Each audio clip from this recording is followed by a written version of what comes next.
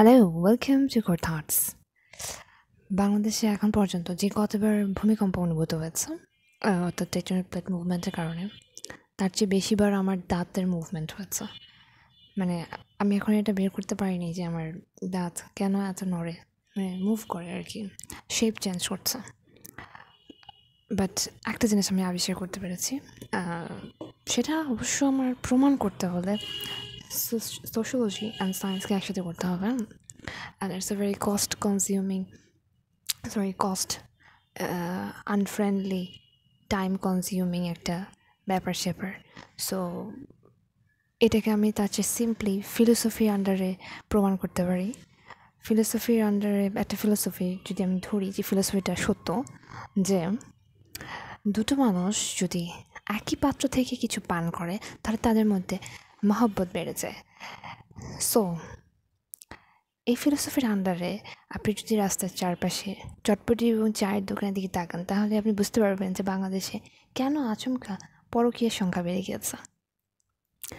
Well, আগে অবশ্য মেয়েরা রাস্তার পাশে চা খেত না, বাট এখন তারা চা খায়। এবং আমি যেহেতু প্রায় সময় আমার হাঁটাহাঁটি করা হয়, হাঁটতে হয় আর কি, সো সেই জন্য আমি এটা অনেক দিন ধরে অবজার্ভ করে আমি আচমকা রিয়ালাইজ করলাম আন্ডার ফিলোসফিক্যাল আইডিয়া যে প্রবাবলি এই জিনিসটা হতে পারে, বাট প্রুভ করার কোনো ওয়ে নাই। অ্যান্ড আমার ফ্রেন্ড একবার বলতেছিল যে ও আগে ভাবতো বাংলা সিনেমায় যে ফুলে ফুলে টোকা লাগে তাতেই নতুন জীবনের সূচনা হয়। ওয়েল, হ্যাঁ, নতুন জীবন শুরু হয়, বাট নতুন জীবনের সূচনা হয় না। অ্যান্ড আলহামদুলিল্লাহ যে এই সিস্টেমে আসলে নতুন জীবনের সূচনা হয় না, কারণ তাতে করে মানে নতুন জীবন পায় না কেউ। অ্যান্ড তা না হলে চায়ের কাপে কাপে পরকীয়ার সাথে জনসংখ্যাও বেড়ে যেত। Well, this is what the miracle of Almighty. But আমি বুঝি না যে মানুষের রাস্তার পাশে খাবার কেন খেতে হবে, মানে রাস্তার পাশে চটপটি কেন খেতে হবে। You easily can make it at home. আর আসলে কী বলবো, অবশ্য আমার মা আমাকে বলছে যে তুমি যে মেয়ে একটা মানুষ, তুমি যে মেয়ে মানুষ, তোমাকে দেখতে মনে হয় না, বিকজ আমি এইসব টক মিষ্টি ঝাল এই ধার জাতীয় খাবার খুব একটা খাই না, মানে রাস্তার পাশে খাবার খাই না, রাস্তার পাশে খাবার খাওয়ার ক্রেভিংও হয় না। অ্যান্ড সবচেয়ে বড় কথা, যখন আপনি লাইভ দেখেন ফার্স্ট টু লাস্ট কী হয় একটা খাবার তৈরি করার আগে এবং পরে, তখন ডেফিনেটলি খাবার রুচি জাগে না। বাট ইন্টারেস্টিংলি আমার সাথে আমার ফ্রেন্ড বলা যায়, আমার ফ্রেন্ডগুলো অনেক গাধা, অ্যান্ড ভীষণ গাধা আসলে। ওদেরকে হচ্ছে আমি পাঞ্চ বক্সের মতো বা পাঞ্চ ব্যাগের মতো ইউজ করতে পারি, যে আমি দেখি যাই বলি না কেন ওদের কোনো রিয়াকশন থাকে না। অ্যান্ড ওরা খুবই অদ্ভুত প্রজাতির মানুষ। সো এরকম অদ্ভুত প্রজাতির আমার এক বান্ধবী, তাকে ওয়েল আমি মাঝে মধ্যে ঢাকার বিভিন্ন চিপাই চাপাই ট্যুর দিতাম। তো একজন ট্যুর দিতে একবার গেছি গুলিস্তান নয়, স্পেসিফিকলি আসলে গিয়েছিলাম বাংলা বাজার। তো বাংলা বাজার ধূপখোলা থেকে বাংলা বাজার হয়ে হেঁটে হেঁটে গুলিস্তানে এসেছি। তো ওই গুলিস্তানের রাস্তা, মানে যে না গেছে সে বুঝবে না গুলিস্তানের মার্কেটের উল্টা পাশে রাস্তার কি অবস্থা। ওই রাস্তার উপরে এক লোক বেলপুরি নিয়ে দাঁড়ায় আছে, যে দাঁড়ায় আছে আমি তারও মানে প্রশংসা করি, সে ওইখানে দাঁড়ায় আছে স্যান্ডেল পায়ে দিয়ে। অ্যান্ড আমার ফ্রেন্ডকে আমি বললাম যে খাবি তুই বেলপুরি? ও বলে হ্যাঁ আমি খাবো বেলপুরি। বললাম যে যা খা তুই। পরে ও ওনার মানে বেলপুরিওয়ালার পাশে দাঁড়ায় বেলপুরি খাইলো, আর আমি উল্টার দিকে তাকাইছিলাম, বিকজ ওই দৃশ্য দেখার মতো এনার্জি আমার ছিল না। সো আসলে বাংলাদেশে বিভিন্ন রকমের, কিছুদিন আগে যেরকম আমার 15 বছরের এক স্টুডেন্ট, ও ডাক্তার দেখাতে গেছে, ডাক্তার ওকে এইডস রোগীর জন্য প্রেসক্রাইব করা অ্যান্টিবায়োটিক ওষুধ দিয়েছে, এবং আরেকটা ওষুধ দিয়েছে নর্মাল, ওইটা জেনারেলি হচ্ছে সেক্সুয়াল ডিসঅর্ডার যাদের থাকে তাদেরকে সাজেস্ট করা হয়। আর সাথে একটা লাকিলি ওকে একটা ভিটামিনও দিয়েছে।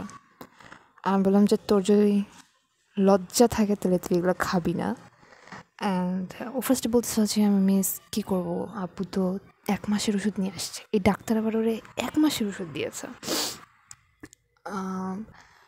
আমি বললাম যে তোর যদি তুই মানে তোর বাপকে ভালোবাসিস খুবই ভালো কথা, বাপের টাকাকে ভালোবাসিস তার চেয়েও ভালো কথা, কিন্তু যদি লজ্জা থাকে তাহলে তুই এইসব টাচও করবি না। মানে এটা কোনো মানুষের কথা? এটা 15 বছরের বাচ্চা, যে আর মাত্র সে মাত্র অ্যাডোলেসেন্ট স্টেজে ঢুকলো, তাকে এই ধরনের ওষুধ দেওয়া হয়েছে just because she was feeling week.